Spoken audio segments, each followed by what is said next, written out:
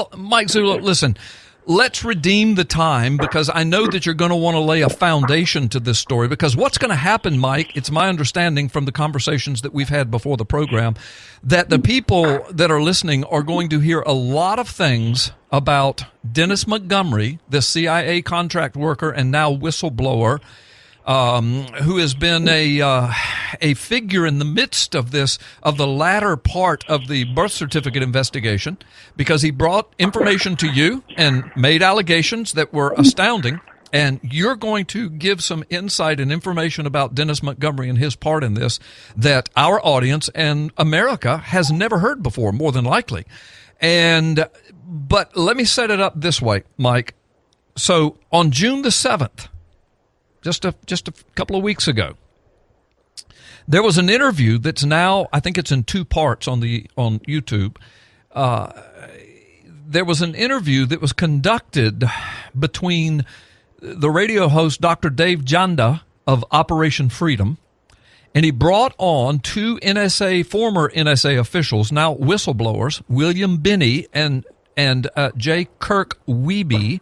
Now, it's my understanding that you know both of these guys. Is that right, Mike? Yeah, that's absolutely correct. Okay, Binney and WEBY. And I know you've talked about them, I believe, on our show before, I do believe, in years past. Yeah. And Dr. Dave Janda, I don't know him. I know who he is now because I've watched the videos. Did you know him prior to this? I did not. I don't know him. I don't follow his channel. It was the first time I really ever sat down and watched anything. Yeah, same with me. Nothing disparaging towards Dr. Janda. I'm just saying, prior to all this, I did not know who he was. But anyway, so these two whistleblowers have been interviewed, and they are basically saying that former NSA and CIA contractor Dennis Montgomery may possess information about government surveillance worthy of investigation. Well, that sounds good. The problem is that's not what they have always claimed. And you and I find this odd, and we're not making any allegations unless you want to today, because I know you've done a whole lot more research on this and made phone calls and spoken with some of the players, and I have not. But as far as I know, we're not making any allegations towards these guys specifically, but it does strike it as, it does smack of being odd to you and me that as we're now moving into the, quote, investigating of the investigators after the Mueller report, Donald Trump is saying this goes all the way perhaps to Obama. It certainly goes to Brennan. It goes to Mueller. It goes to Comey. It goes to the Obama DOJ. The whole deep state lying to FISA court judges and fake documents and dossiers. And, of course, you and I know all about a fake document, a birth certificate. And of course, Trump knew all about that, along with Arpaio at about the same time back in 2011. So you've got all those deep state connections to this whole thing.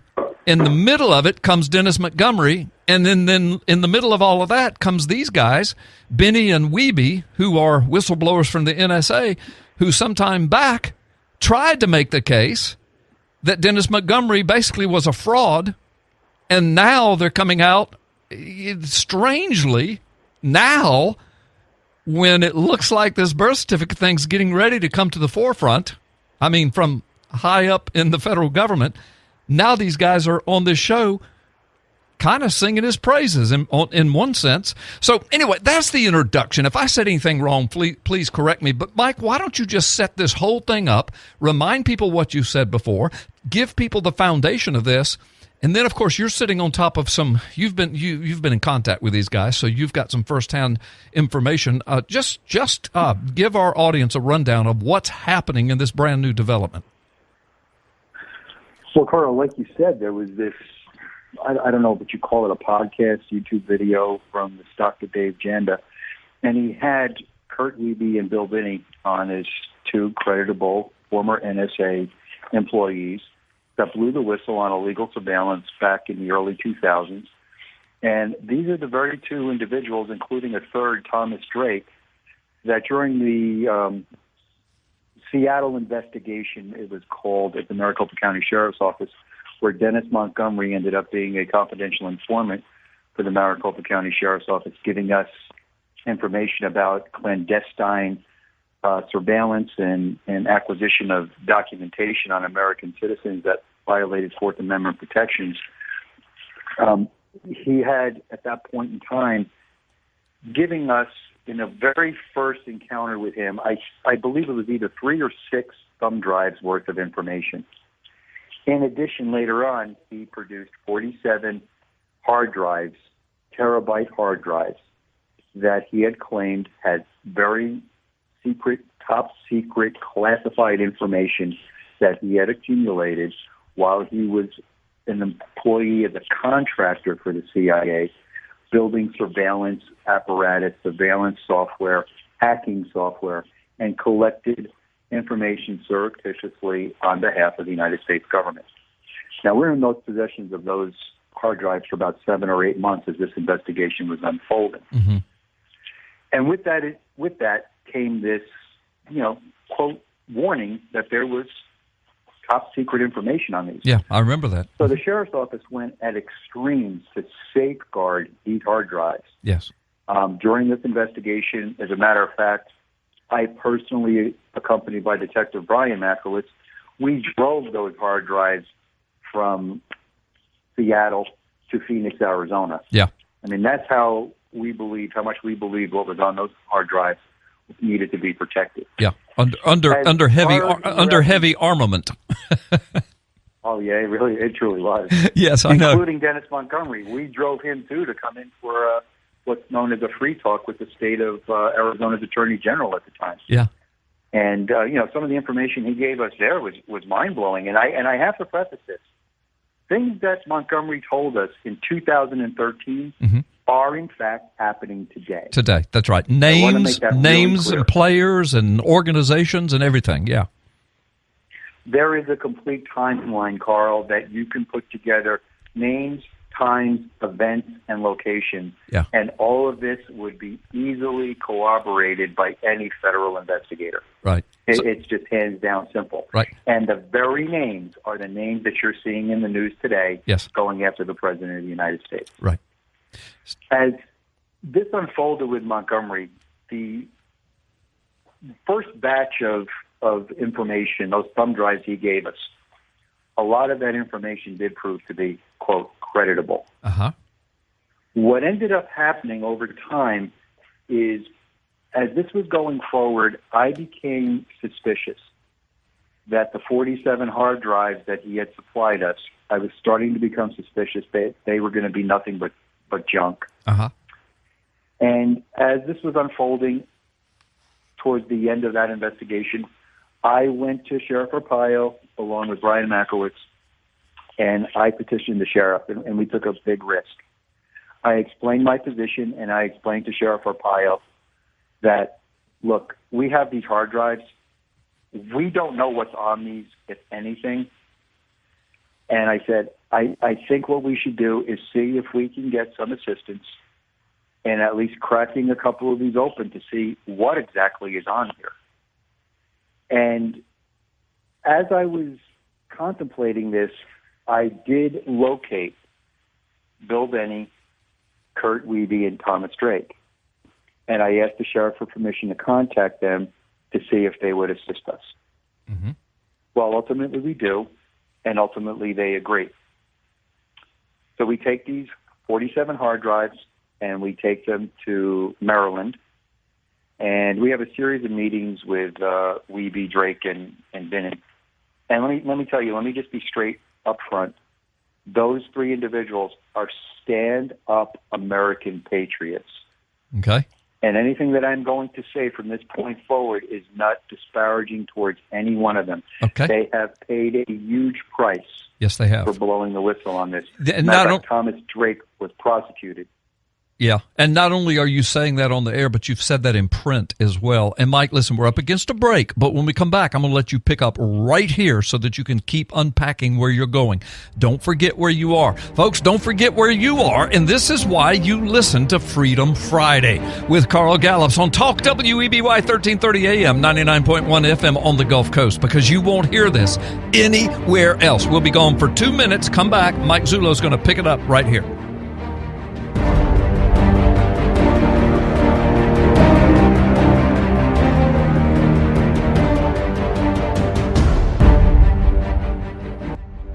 Don't change that dial. We're just getting started. Freedom Friday with Carl Gallups, the Oval Office of Gulf Coast Talk Radio.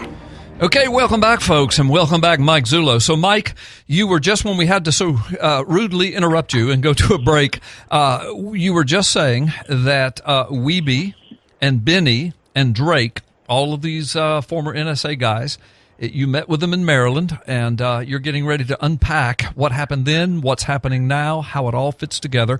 And you just made the statement that these guys are patriots. They've served their country honorably and reputably. You're going to unpack this whole story, though, and you just made the statement that what you have to say from this point forward is the truth as far as you see it and know it and understand it, and that you're not being disparaging towards anyone. You're just going to let our audience know the end and beginning, the black and the white. Go ahead from there. Well, let me just back up one quick second. WEBY, Drake, and Benny are the developers of a mass data harvesting program known as Thin Thread. And they built this for the, I believe it was the NSA, and they did it with Fourth Amendment protections in it. All the information was encrypted. All right, tell people what that means, Fourth Amendment. Just tell people what that means, the Fourth Amendment protection. In other words, nobody has the right to see your private bank accounts, your email correspondence, your telephone conversations. They have no right to any of it. Normally, to see any of that, law enforcement would have to get a warrant. Okay, so in other words, that's precisely how they did this. Okay, so in other words, they developed this hacking program, but the program itself only worked if you had a warrant. You couldn't just look at Carl Gallups and Mike Zullo's stuff. You had to have warrants in that program called Thin Thread, and WEBY and Benny and Drake are the developers of that, right? Correct. And my understanding, and I believe it's factually correct because it's been borne out in certain testimony, is the NSA, I believe at that time under General Michael Hayden, they took that program and they prostituted it to a point where there was no more Fourth Amendment protections in it. Now they were just mass harvesting, and it was taking what everyone thought was encrypted data and just computer hieroglyphics into readable documents where anybody could read anything that you were saying, sending, or texting. I mean, it was just a mass harvesting, illegal mass harvesting operation. And this is what prompted WEBY, Drake, and Benny, and I think two others, to come forward as whistleblowers because they built their program to protect this country during the War on Terror. Yeah. But they built it also to protect the American citizen. Yes. And that was being violated, and that pushed them forward. So now that you understand the background, this is going to become important later on. When we take those hard drives over to Maryland and we ask them to look at them, we first showed them some of the information that was on the thumb drives.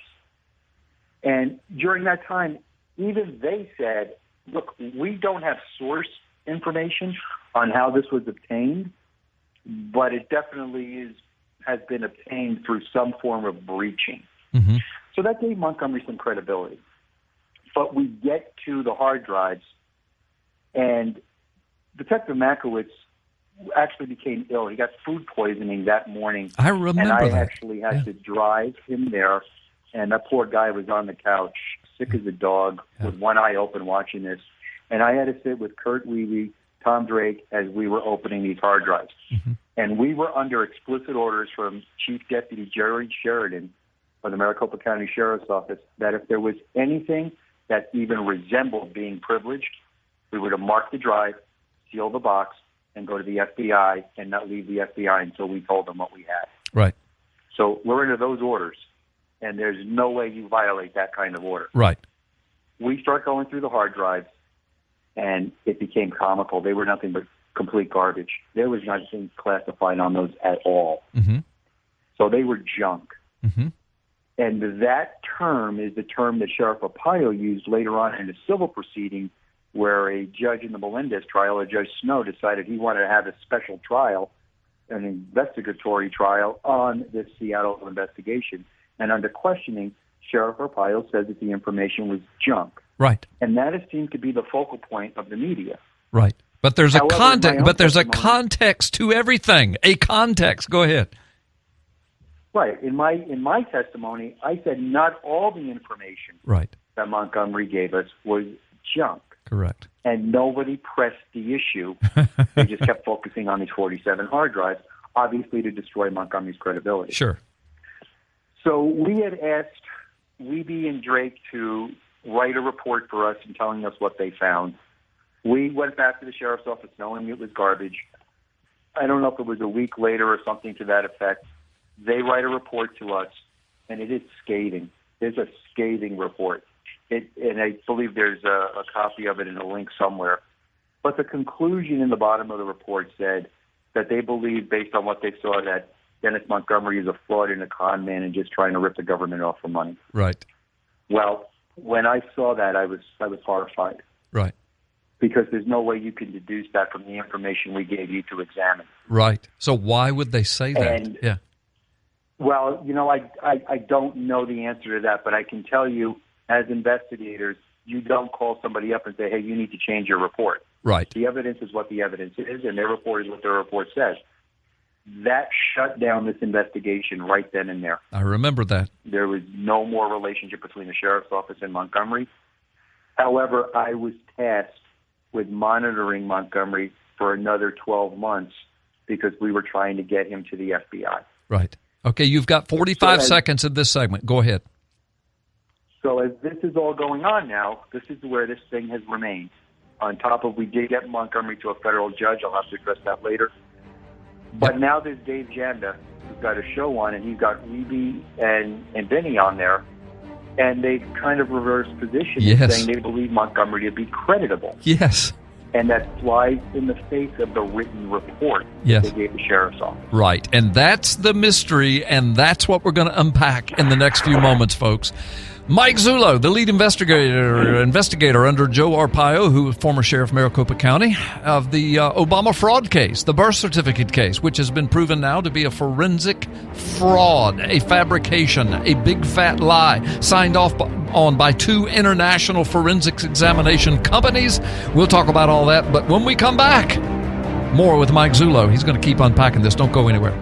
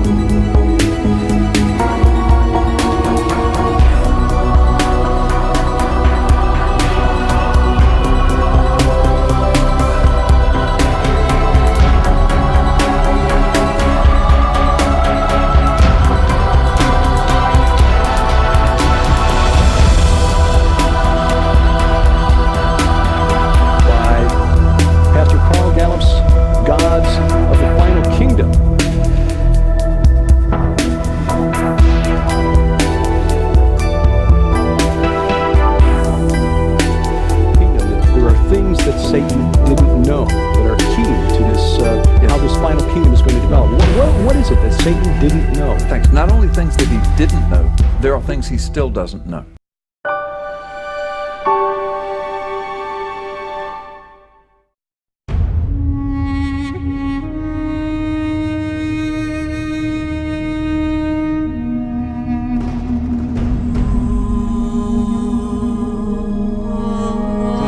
Former Israeli Prime Minister Ariel Sharon has died, aged 80.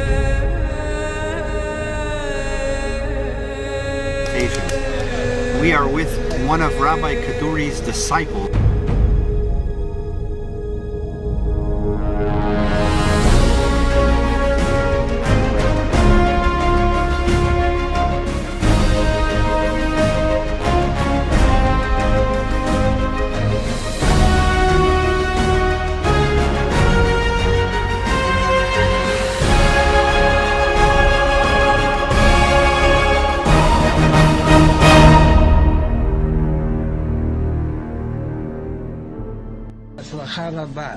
והצלחה רבה ומהירה בתוך ביאת משיח צדקנו בקרוב ממש ואז ישפיע זה על כל כדור הארץ. מה זה השם קדמה, דין השם קבלו